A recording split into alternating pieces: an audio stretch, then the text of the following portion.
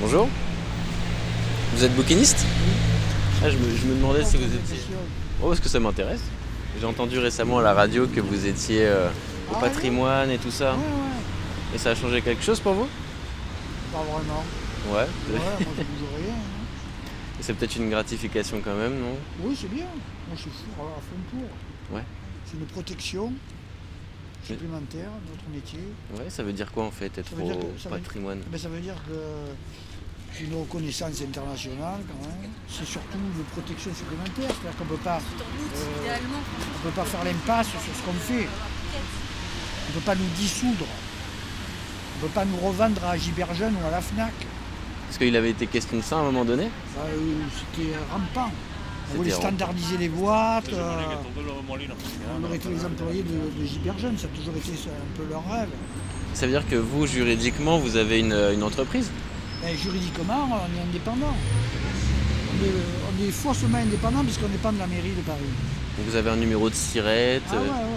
J'ai été filmé là, je suis passé à la télé plusieurs fois. D'accord. À ce sujet justement? Ouais, je suis à l'aise moi, ça ne me gêne pas du tout. Ouais. J'ai même fait je suis passé à la radio plusieurs fois, au baladeur classique, je parlais même de musique classique improvisée. J'adore faire des analyses comme ça. Peut-être que quelque part vous devenez un petit peu expert de ce que vous vendez, non? Un peu, oui, quand même. Je connais des trucs. J'ai parlé pendant 2 heures avec une Kabyle qui était architecte de jardin. C'était vachement intéressant. En fait, vous êtes intéressé par tout, quoi. Beaucoup de choses. Par la musique, beaucoup par la musique, parce que j'ai des enfants musiciens. Et ils font quoi comme musique? Classique. Mon fils, il vient de réussir un concours de piano, il a 12 ans, il a joué la suite anglaise de Bach, une suite anglaise de Bach.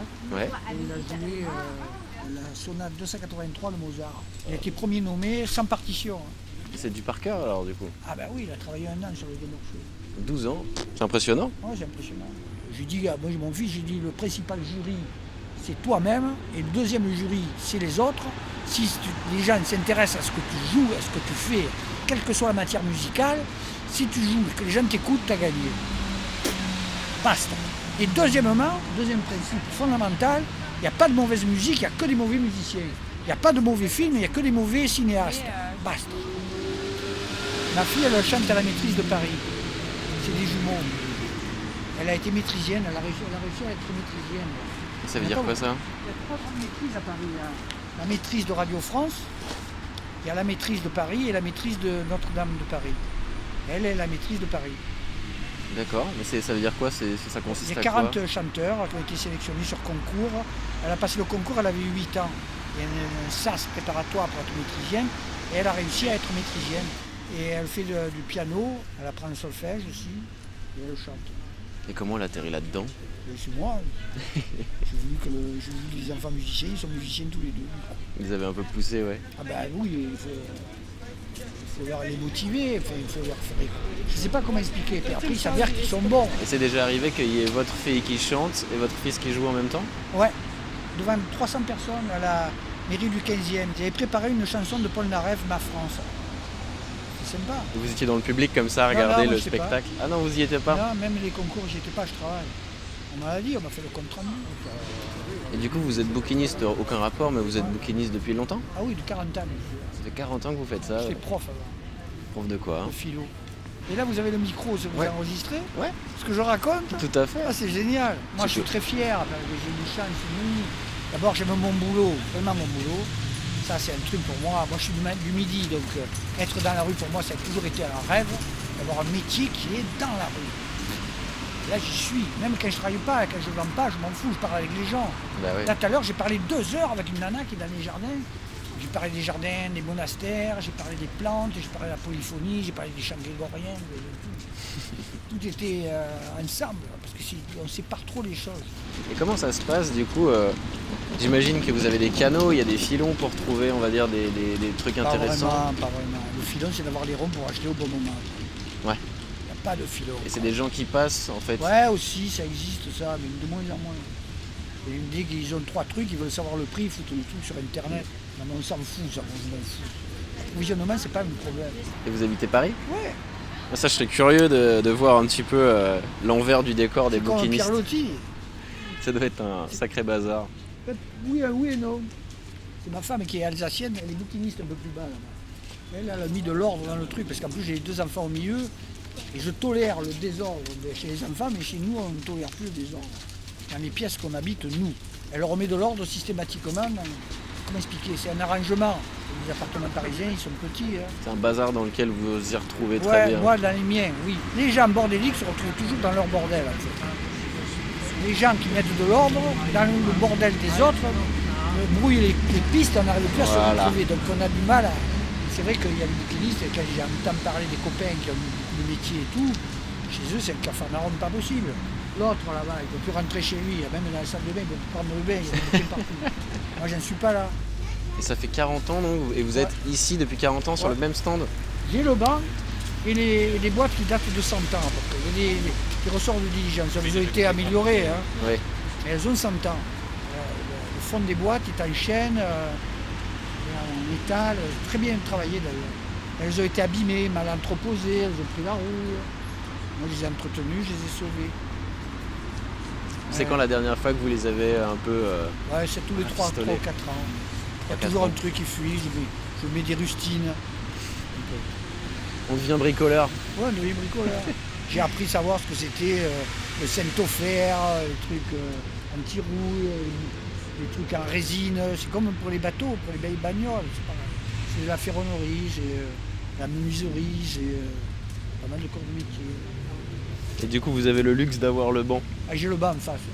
C'est pour ça que j'ai pris la place. D'abord parce que ces boîtes me plaisaient, j'y étais déjà, et j'avais le banc. J'avais la place plus le banc. Donc, j'ai quitté ma place initiale qui était un peu plus bas, là.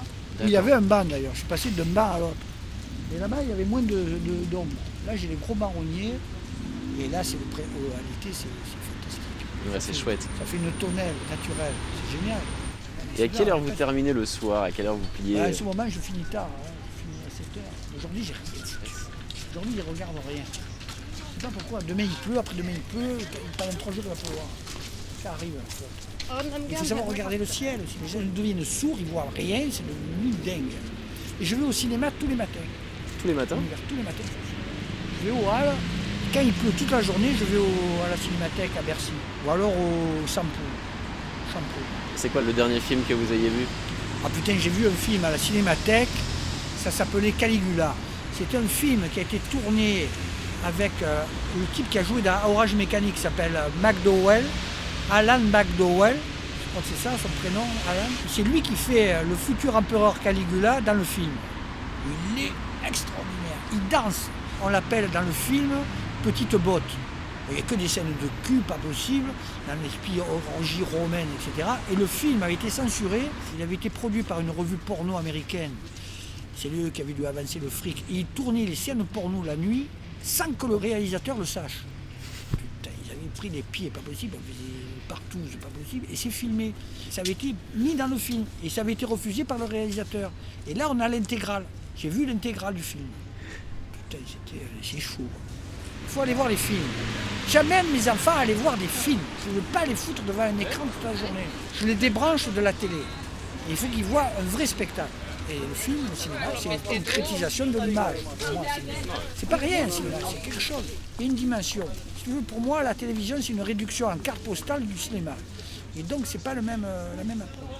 Et je me pose une question, parce que depuis tout à l'heure, je vois les gens passer, s'arrêter un petit peu, partir. Là, ils foutent rien. Et vous n'avez pas de technique pour vendre des choses? Oui, mais là, je sais que c'est pas bon. Ouais. Ah, je sais, les gens ne regardent pas, ils effleurent. Même au niveau du visage, ils se détournent, ils ne regardent pas, ils ne sont pas intéressés, c'est basta. Et tous les jours, c'est une ambiance différente? Ah ouais. Puis des gens différents. Je suis toujours très content quand je vends des livres. Et je soutiens l'éclectisme du livre aussi. Le problème, c'est l'intérêt que le type porte au livre qu'il achète. Et ça, c'est important. Et le dialogue que j'ai avec lui par rapport à ce qu'il achète. Et vous lisez tout ce que vous vendez? Non, c'est pas possible. Ah oui, parce que je vois, il y a quand même un sacré paquet de livres. Ah oui, il y a pas mal de bouquins. C'est le désordre. Avant, je couvrais tous mes livres, il y avait beaucoup de livres. Maintenant, je ne les couvre plus, je les attache. À quelle heure il est là? Je crois que les copains ferment. Bah, si vous voulez, je peux vous donner un coup de main. Moi, je ne vais pas tarder non plus. Hein. Attends, je regarde. À 18h, on ferme. Il est 8h, 6h30, là, vu la journée, c'est mort. Aujourd'hui, ça a plongé complètement. C'est rare que je fasse une journée comme ça, de printemps, aussi peu. Très, très rare. En tout cas, ça m'a bien fait plaisir de vous parler. C'est pas mal, non? Bah oui. Je reviendrai vous voir sous les marronniers. Ouais, c'est bien sur les marronniers. On est pas mal. C'est vrai, j'ai une chanson. Bonne fin de journée en tout cas. Chance, hein. Et les jeunes, vous avez plein de trucs à nous apprendre. Nous, on est morts.